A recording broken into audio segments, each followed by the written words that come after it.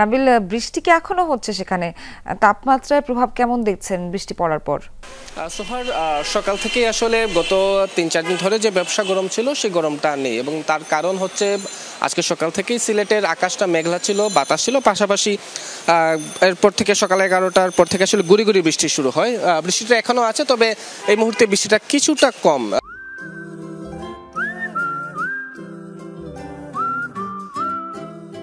নিশ্চয়ই দেখতে পাচ্ছেন সড়কটা এখন আসলে ভেজা রয়েছে এবং খুবই কম গুড়ি গুড়ি বৃষ্টি, আবার কখনো সেই বৃষ্টির যে পরিমাণ সেটি বাড়ছে। আবহাওয়া অধিদপ্তর আমাদেরকে জানিয়েছে সকাল 6টা থেকে দুপুর 12টা পর্যন্ত সিলেটে 27 মিলিমিটার বৃষ্টি হয়েছে, এবং আজ সারাদিনই আসলে এরকম আকাশ মেঘাচ্ছন্ন থাকবে এবং পাশাপাশি বৃষ্টির একটি সম্ভাবনা আছে বলে আমাদেরকে আবহাওয়া অধিদপ্তর জানিয়েছে। এবং এই বৃষ্টির কারণে একদিকে যেমন স্বস্তি আছে, সেই স্বস্তিটা হচ্ছে যে গরমের যে ব্যবসা একটা ভাব ছিল, সাধারণ মানুষ অনেকটাই আসলে গরমে তেক্ত বিরক্ত ছিলেন, সেখান থেকে বৃষ্টি আসার পর শহরটা শীতল হয়ে এসেছে, ফলে মানুষের মধ্যে কিন্তু একটা স্বাভাবিক স্বস্তি আমরা দেখেছি। আর দুর্ভোগের যে বিষয়টি, যেহেতু আজকে আসলে এই সপ্তাহের প্রথম কর্মদিবস এবং পাশাপাশি শিক্ষা প্রতিষ্ঠানও আজকে আসলে এই সপ্তাহে প্রথম খুলেছে, ফলে যারা আসলে ঘর থেকে বের হয়েছেন অনেকে প্রস্তুতি নিয়ে বের হননি, অর্থাৎ ছাতা রেইনকোট সেগুলো নিয়ে বের হননি, তারা কিছুটা ভোগান্তিতে পড়েছেন।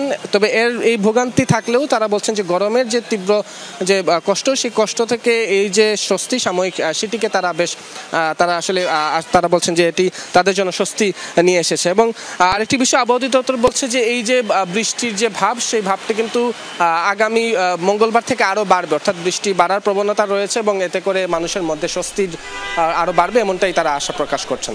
সোহার। নাবিল, অনেক ধন্যবাদ আপনাকে।